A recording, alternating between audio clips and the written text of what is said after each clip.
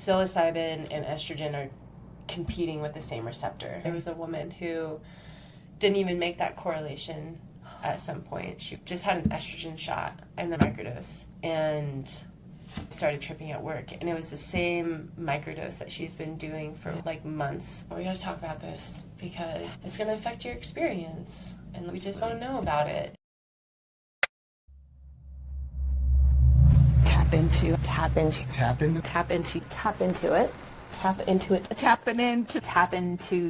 the intuition.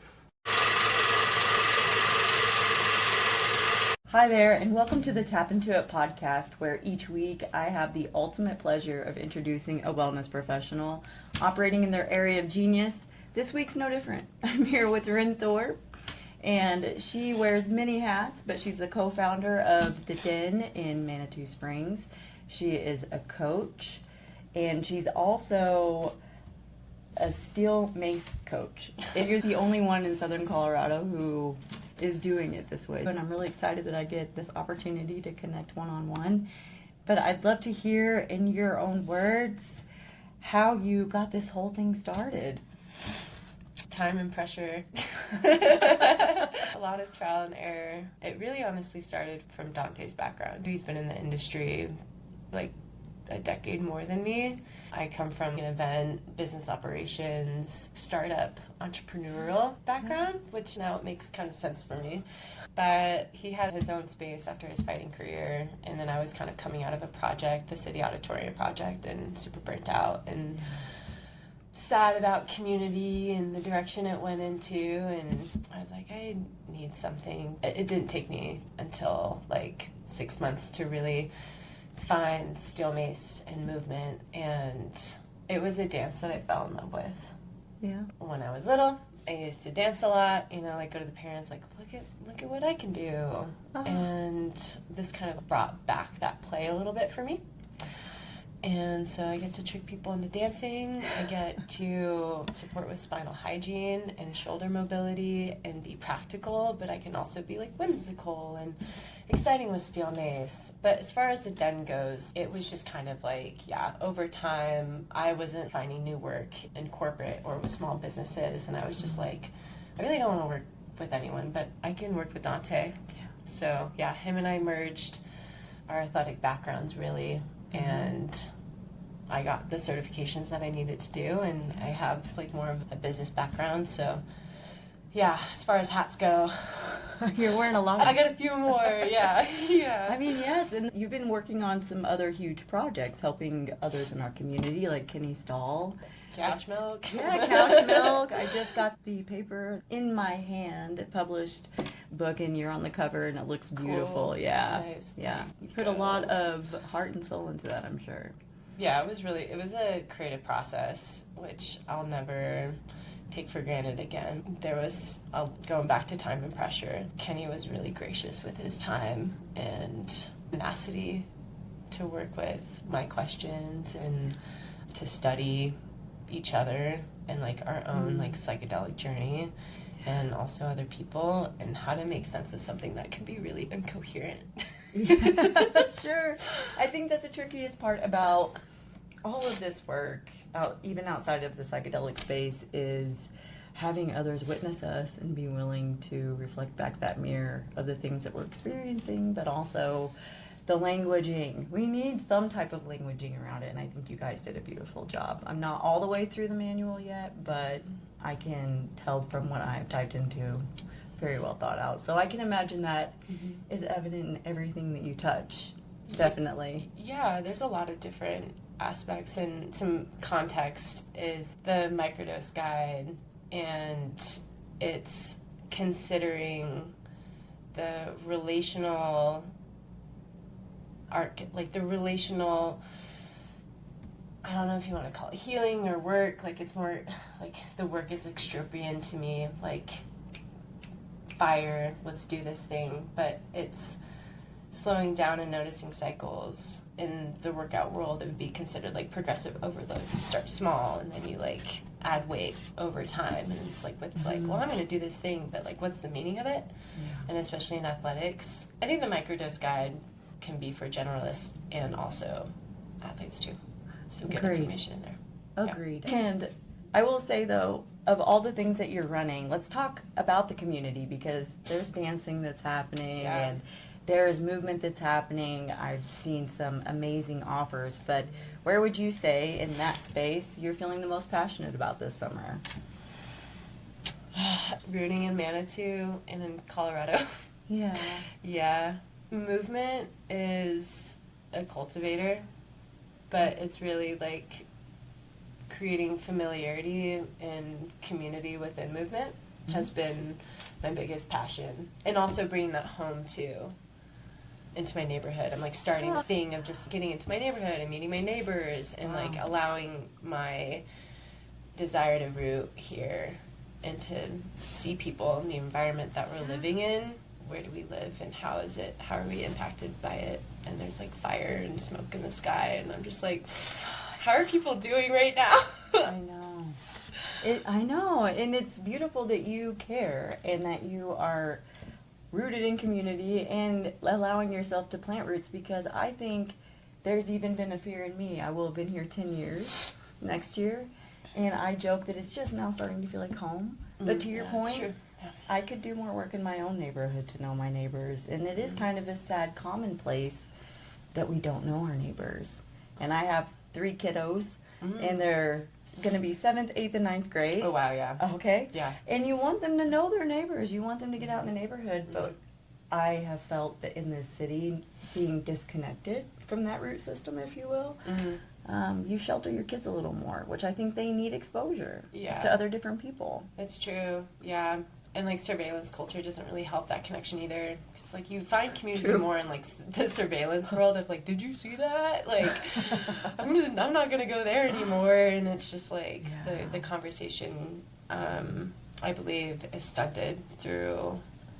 There's just been a lot of fear.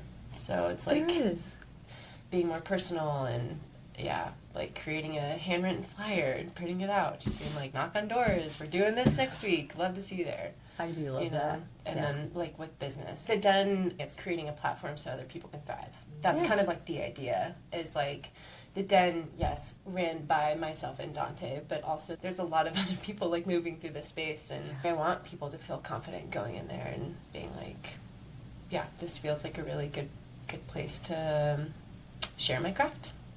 I think it's beautiful that you're willing to offer a platform. I think that it's too often that we find that business owners most sincerely also hold things close to chest. For sure. It is not for the faint of heart to be a business owner, and then by the time you have a building and a space and you're pouring your heart and soul into it, you don't oftentimes want to open the door just for everyone. Yeah. And I won't say that's what you do, because I know better, but you do make it known that people can come there and hone their craft, whether it's through music or dancing or movement. And I think my favorite content that I've seen out of the Den most recently is your 9 a.m. like spine class. I'm like, I could hang. I want to go. And it doesn't mean it's easy. I know that. But it looks accessible, and that's what I'm trying to say. Yeah, the accessibility piece. Everything's modifiable. And I know before this you were like, I feel kind of intimidated. It's like, no, I know. But I will correct myself, because that actually softened me into thinking I could come and hang. And and it's the running that I like most. I don't want to be a runner. Yeah. I really tried. I really did in the military. I really there's this thing called the Keesler Shuffle for people who are in tech school down there, and it's literally like you can run, guys, but the heat, and anyway. That sounds like a lot. I tried. Yeah.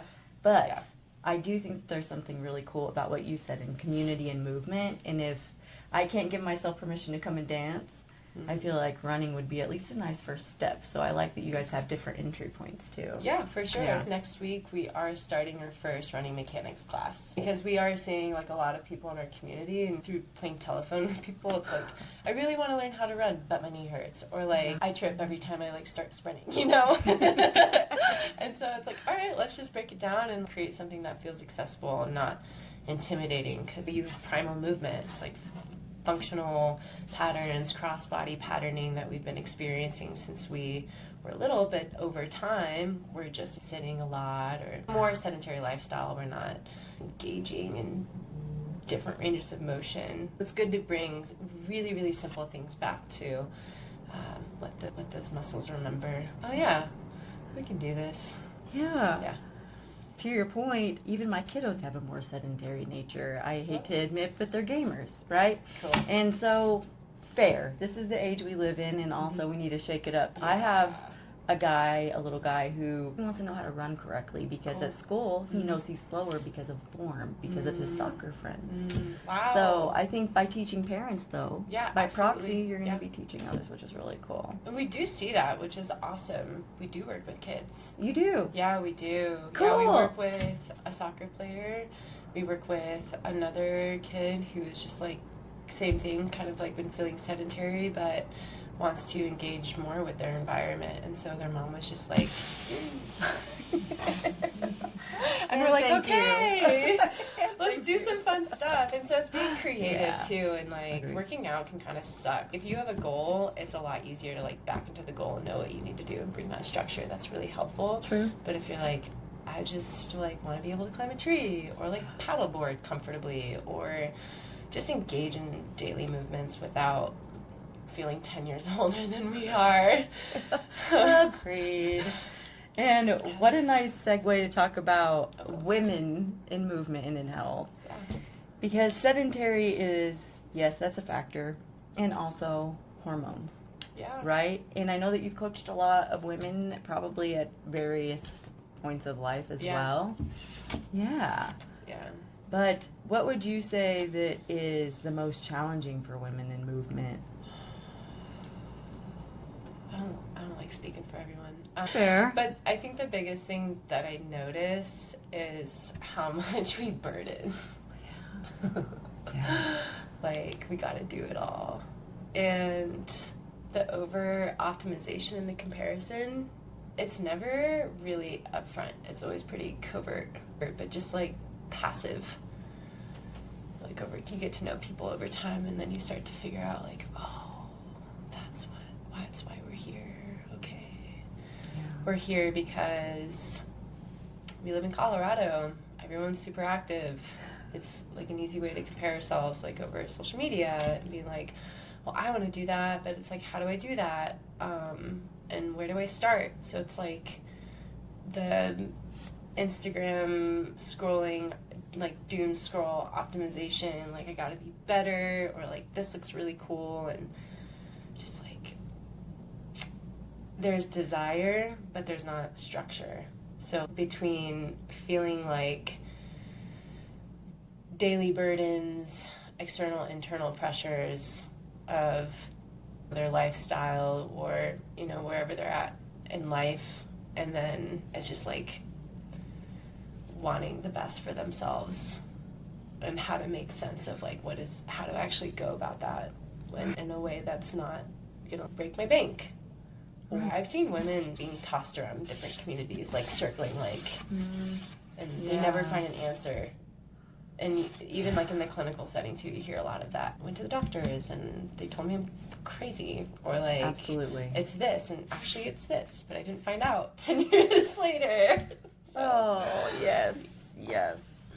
it's complicated. It is complicated, but I think that you painted the picture really well, and this leads into what we talked about a little off camera, and me recognizing that you're highlighting this word capacity for folks in general, but that's really what I'm hearing you say too. To your point, in this culture where we compare ourselves on social media, where we only have this much bandwidth, but it looks like somebody else is doing 10 times more than we are, where can we really just give ourselves permission to meet ourselves where we're at? Yeah, simplify. Yeah. And I think that's all that needs to happen, is just take up that free consultation and get specific with your questions. Yeah. You know, if you're at a point where you're just like, I really don't know what to do or where to start, find someone who's like, I'm down to meet for 15 to 30 minutes, free consultation. Take advantage of that, because I think I would love to see more of that personally in Colorado Springs and Colorado and really the rest of the world, because it's like women's health is just a hot mess. It really is, and we're taking it upon ourselves to figure it out, yeah. Right? Yeah. Mm-hmm. And you have been leading the charge on that in at least my eyes. most sincerely with what the work that you've been doing with Couch Milk and at the Den. And I'm really excited to be able to sit down and talk to you about the role of psychedelics in the female, like, coaching arena, if you will, because with or without the athleticism, I think people are turning to psychedelics to find new ways to figure their body out, right? Especially with women who are going through perimenopause, which we didn't even talk about, I don't think, until 10 years ago. Yeah. I've been inspired by Dr. Stacy Sims and Rhonda Patrick, and there's a few other PhD women out there who, you know, they're under like Berkeley or Harvard, Sure. and they're producing the studies rather than like bridging the human experience and science, which Rhonda Patrick and Stacy, they do a really good job of that. But where does the truth live? Yes. Right? It's the common denominator, and then a lot of things that we're hearing online. And I, like, going back into the social media stuff, it's like, what do we actually listen to? I'm not going to have all the answers, but I think it just starts with a conversation and honesty. Yeah, it's just, what are my relationships like? What is my relationship to myself, to my partner, to my animals, to my garden, to my work, and then what's happening around me? There's really beautiful things going on, and there's also really, really tough things going on. So there's perception, and then there's like class and access and money and finances that can really affect the kind of choices that we make or don't make. Yeah, that feels like a really heavy reality, because I see some women I work with who have the ability to get the help that they need pretty quickly, but they don't, because there's just, like, I don't know, I haven't really figured it out yet, you know, and I feel like sometimes as a coach, it's not my responsibility to fix or to get someone to realize. Agreed. But it's just, we got this container, we got this environment, and we met each other here today, and so it's just a day-by-day thing. And then through community and conversation, it's like, oh, okay, yeah, maybe I'll get that blood work done. Yeah. Or if not blood work and I don't really know, well then maybe I'll look at this checklist to see am I perimenopausal, Right. and what are my symptoms, what are the calming adaptogens, what are the stimulating adaptogens, what are more, you know, holistic approaches and interventions to perimenopause besides like A fan. SSRIs. And, or that. yeah, just like, wow, they're like, doctors are giving out SSRIs for perimenopausal women. I didn't know that. That was a big shock. I wish it surprised me, but being that, just a little over 100 years ago, we were still being institutionalized for having emotions. It really doesn't, right? Let's suppress the voices, let's suppress the noise in your mind, and everything will be okay. But I think we're all tired of being suppressed, and we know that what is happening within us isn't good. And I love what you said, and I want to take it back to bridging the experience, because that's what you're doing and a lot of people don't have the capacity for, going back to that word. But that's where the real work is too. Being able to meet the woman who comes in, or a man, or, you know, we don't have to gender it, but the person in front of you that is asking for help, and you're willing to say, okay, today's not your best day and you're experiencing these things. I'm willing to sit here with you. And that's what we need. And that's the type of community I see you cultivating. Yeah, just being able to modify and simplify, not overthink. It's so easy to just pull and grab. I get exhausted just thinking about it, because it's so real, and a lot of this work has been glamorized and romanticized on the internet. And I see it in my community of just like romanticizing the female body in a way that's keeping us actually in a dopamine spiral rather than from a place of root cause. Yeah. And speaking of like psychedelics and integration, it's like, well, what's the integration of practice and movement and research? It's like, if we're consuming like, I don't know, some dumb fact of like maybe 1,000 or 1,000,000 times more information than someone at like 100 years ago. So what are we doing with all this information? And that's, I mean, if we're talking about capacity, like, How about just like the capacity to maybe do something hard? Yeah. And see the effects of that. See what happens when you push yourself, or when you relax. I mean, capacity is just like one of those big words, and I'm still, it's individual. I'm still trying to understand in my own environment, community, like, what is capacity? I view it as hormesis too. And the ability, one, to do hard things, which is like reducing the barriers, the inner voice inside of ourselves. Yeah. To just simplify things and be like, okay, I'm having a hot flash. What are my options? Like, Yeah. I got 4 options. Yeah. Do they work? And then being consistent. So, yeah. I think that's really hard too. I can feel the weight of what it is to hold people, and I get it. And also, what a gift that you're willing to hold it, even after the challenges of being in this position, because I think capacity gets extended when you have somebody like you that you can go to and say, can you hold me in this space? Thank you, because I don't have capacity for that. And to know that you're going to guide them in the best way that you can, whether it's through a dance or through, hey, go home and rest today, instead of let's continue to do reps, right? Because allowing yourself rest is also work. Mm-hmm. And sometimes that's the hardest work. Would you agree? Yeah, for sure. Tying that into the feeling burden and feeling like there's a lot going on and having to show up constantly. Yeah, that's half of it. It's like the mind over matter, or like mind is half the battle of just really getting anything done. Recovery is the same way. And then perimenopausal women, and also I just want to state that, like, I can't relate yet. I'm about to turn 30 and I'm just learning about all this, and so I'm in a phase where I'm really listening rather than suggesting or promoting. Sure. It's just like a conversation, and how can I be a resource? Yeah. Physiologically, I cannot understand right now.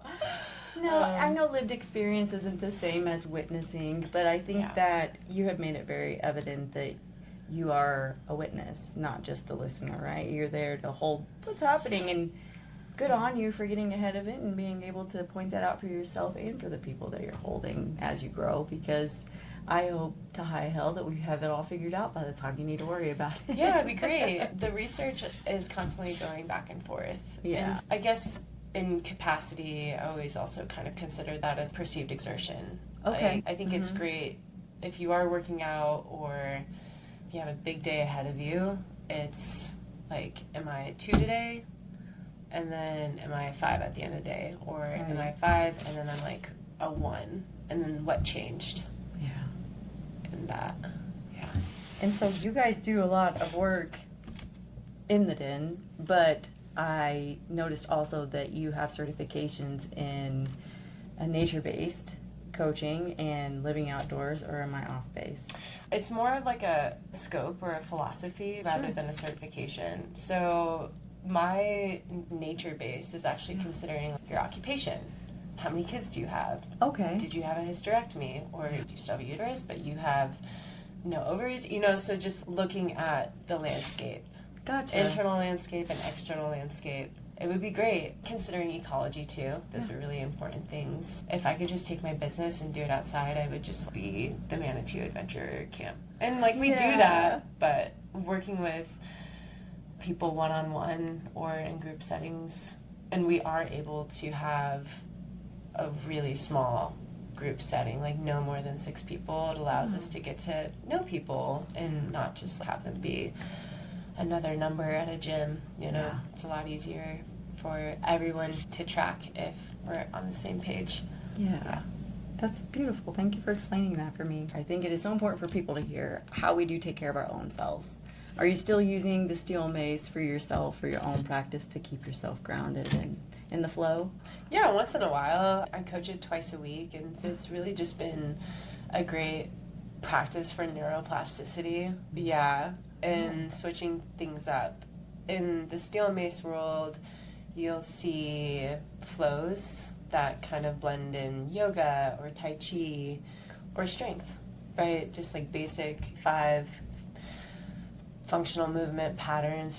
And I think for me, it's, what am I going to dream up today? I'm pretty loose. Yeah, I'm really loose with my classes. That's good. Leaves room for play, like you talked about earlier, which I do Yeah. think is really important, especially for us adults. I think that the most appealing thing about the community is the aspect of play.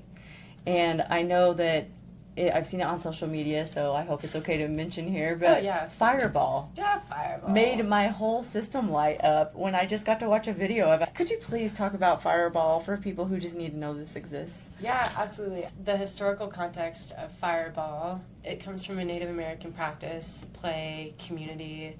Everyone's invited, kids, adults, and it's kind of like an initiation. It's community, and there's really no rules in it.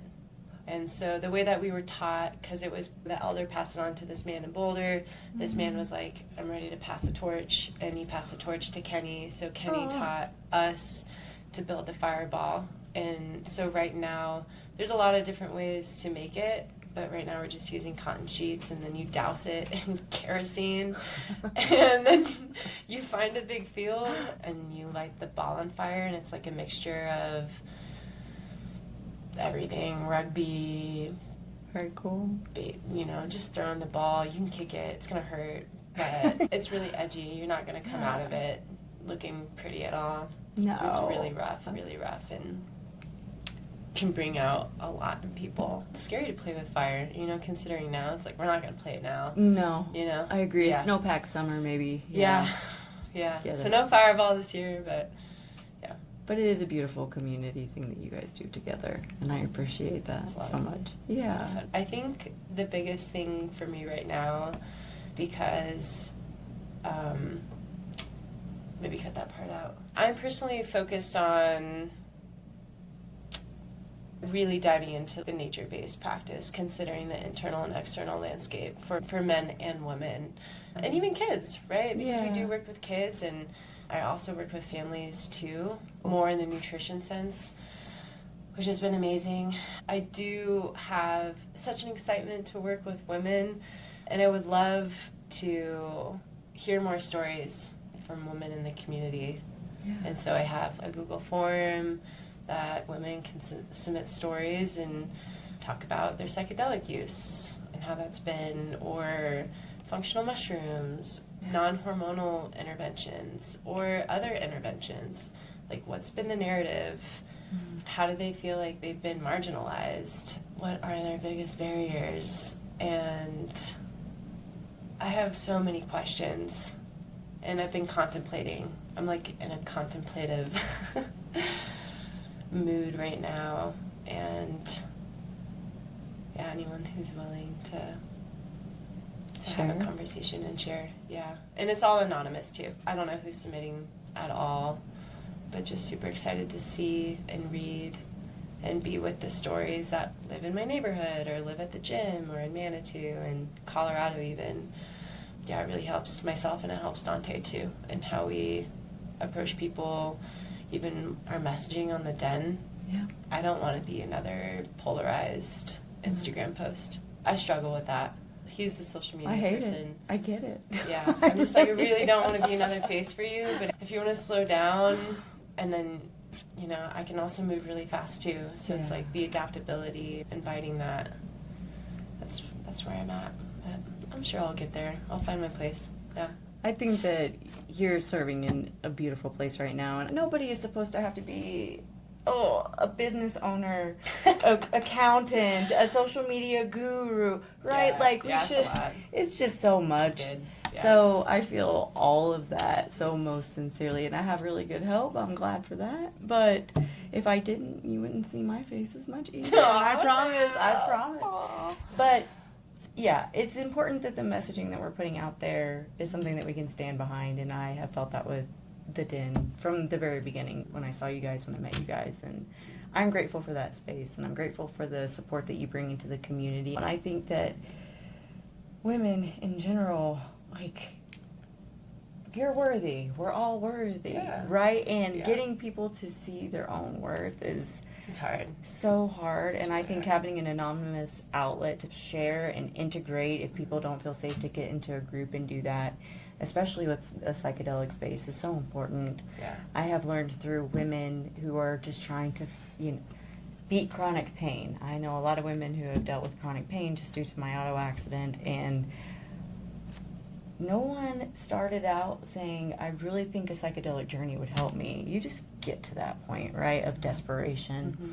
And I think that's what we shared that sentiment here today, that it's not just women, but we're talking about women that are desperate for answers.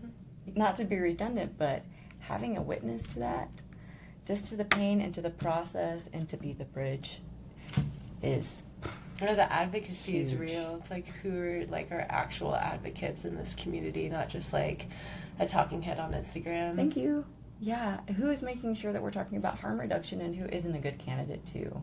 Yeah. Because that's even huge. even if these folks think that, okay, I'm desperate and this is the last thing, please make sure you're doing an intake with somebody who cares about you like Ren, and make sure that is probably like the best place for you to start, or find somebody's opinion that you do trust, because making sure that you're not home alone, white knuckling it is what we want to avoid, right? Yeah, and feeling alone in that. Yeah, people don't need to feel alone. No. And it's so funny. It's not funny at all. But yeah, it's just the individuality that is so deep in the U.S. and in a lot of other countries too. It's like, oh. Yeah, it's bad. I've been a part of the problem, I admit, in the past. The individuality, right? Being overly private or working so hard and becoming so closed off after having, your 6 to 12-hour day in a row, and then a family to go home and take care of on top of it, and all the things, right? Yeah. And so how can we just meet each other where we're at, but stop thinking we got to carry the burden all by ourselves? Because just knowing that my neighbor has been going through it too helps me to feel softer towards everyone's condition, my own included. Like what matters here. Yeah. It really helps to put things in perspective and seeing other people. Yeah, it's relational. I mean, the mushroom is relational. Agreed. Everything's a relationship. I've been hearing that pretty consistently over the 3 years that I've been inside of the psychedelic space and the movement space. Everything really, truly is a relationship, but it's like the access and basic knowledge and approach. My biggest pet peeve is when basic knowledge is being gatekept. Agreed. Or when basic knowledge is being like really hyped up and then you have to pay for it. It's paywalled. And it's like, well, this is why ChatGTP exists. And this is why we're going to have data centers destroying. And so, like, looking at that cycle, if we keep going the direction of, like, we're truly in survival mode. I just see that. Absolutely. I agree with you. Survival mode, and then it's extractive of, like, all of our true natural resources. And then it's like, okay, now we're going to have to be slightly more robotic because we can't survive. Right. It's insane to me, right, that we're a part of this machine. And what's really cool, though, is that more folks than not are waking up to these things. For sure. And I'm really encouraged, not that it's fixing anything in the near term. I think there's a lot of work to be done, so I won't absolve even myself from that. And also, I think that we can be encouraged that the more that we're all willing to get out and have these conversations, we're going to come together more easily. Mm-hmm. We're going to get out of our bubbles, and we're going to teach not only ourselves, but hopefully our kids to start relying on community and being a resource for community. Yeah, creating familiarity. It's like, fire hits Colorado Springs. My 92-year-old neighbor, I got to get her out of here. Or like, mother of 2. And reduce stress, right? It's like, kind of weaving back into the perimenopause and the stress. Like, there's this big conversation right now about cortisol. I hear it from, honestly, sorry mother, but my mom was like, well, I don't work out that hard because stress causes cortisol to spike, and if my cortisol is spiked, then I'm going to hold on to fat.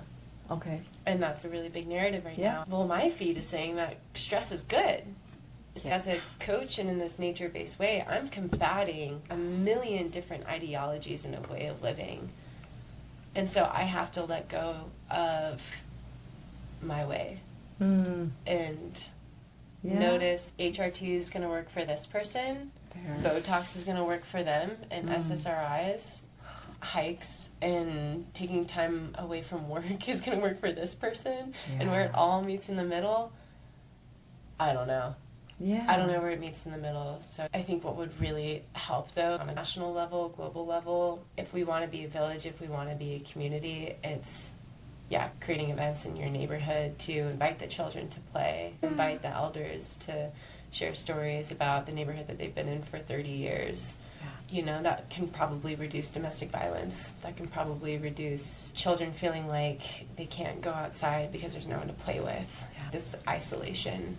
And when we're in isolation, we're going to hold on to everything. But if there's no avenue to move, then change. Agreed. Yeah. I'm going to go back to what you said about letting go of your way. Yeah. Because I think it's beautiful that you have that's where you're operating from. And I'd like to offer that I think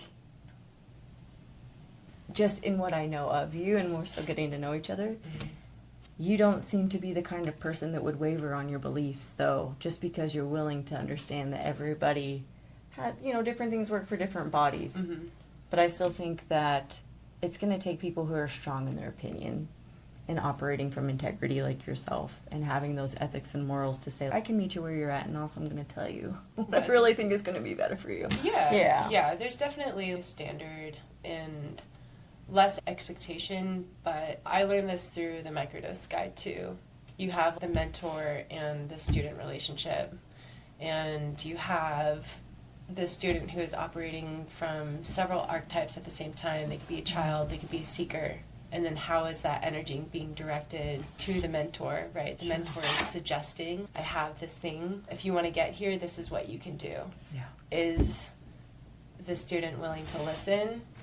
How much are they going to go down this path that is kind of either goes against the rebellion, right? Like rebels against the mentor. I'm not going to do that, but then comes back with information like, oh, you're right.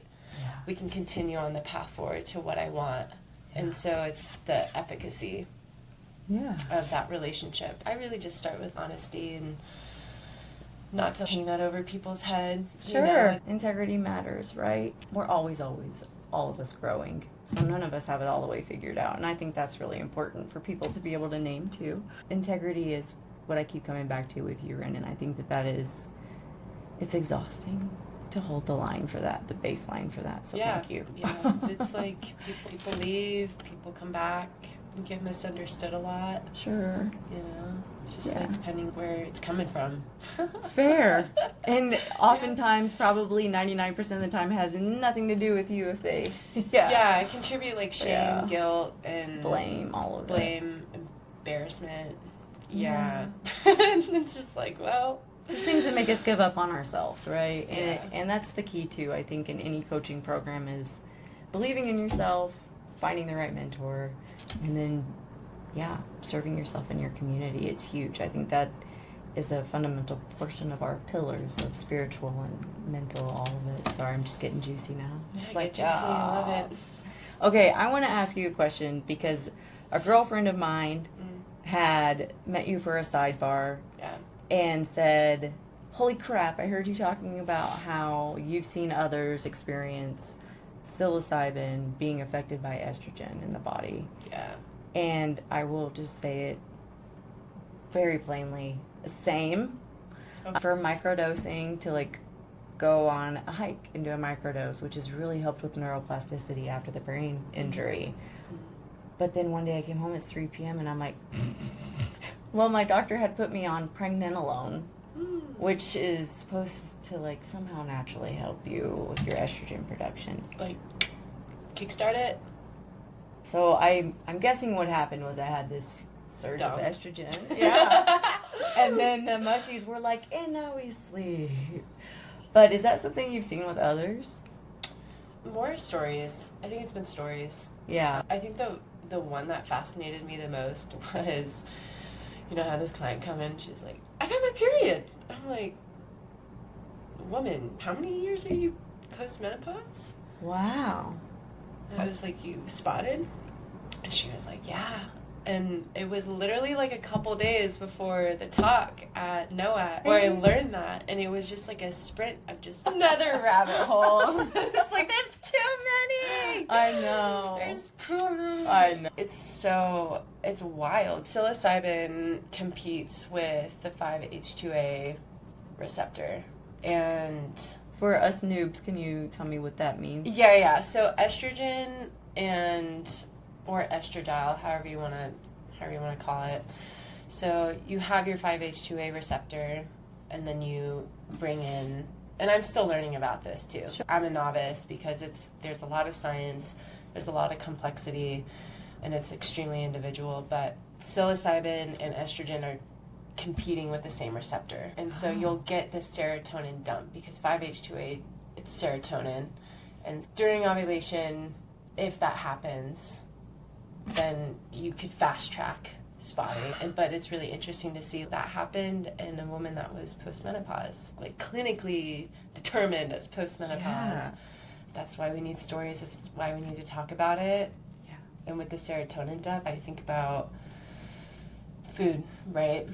The gut biome, if I'm going to eat a certain food, and that dopamine, I'm going to have that dopamine hit and then crash, or like a caffeine crash. So that's the way that I view this relationship between estrogen and psilocybin. They compete, there's an overload, and then it's just whatever happens. Whether that's a crash, whether that's spotting, or nothing happens, or maybe you start tripping. There was a woman who didn't even make that correlation at some point. She was, I'm just had an estrogen shot, and then I took my microdose, and I started tripping at work, and it was the same microdose that she's been doing for like months. Yep. And I was like, so this is why they don't want you on your period and on your ayahuasca. Oh. Right. So it's like a lot of women are just like, what do you mean? I can't, like, I traveled all the way down here, and our physiology is important, and it can be your center of attention. It can be your whole world, right? Trying to figure out your body, throwing things at it, trying to understand what does it do in this case, what does it do in that case, and it can be really fun to experiment. Yeah. But also be careful. Yeah. And find something good. Be consistent. Agreed. Yeah. Yeah. I love that you mentioned that about the woman who had taken her normal micro, because that's the same experience that I had, which is why I was like, oh my gosh, Ren, we have to talk about this. It just hits so much differently. And I consider myself a responsible girl, right? Meaning, if I'm going to have an experience, set and setting is so important. But I got to know this micro so well that I would say I would probably feel okay to drive. Grateful I wasn't driving that day. Whoa. Right? Yeah. And same for your client. Yeah.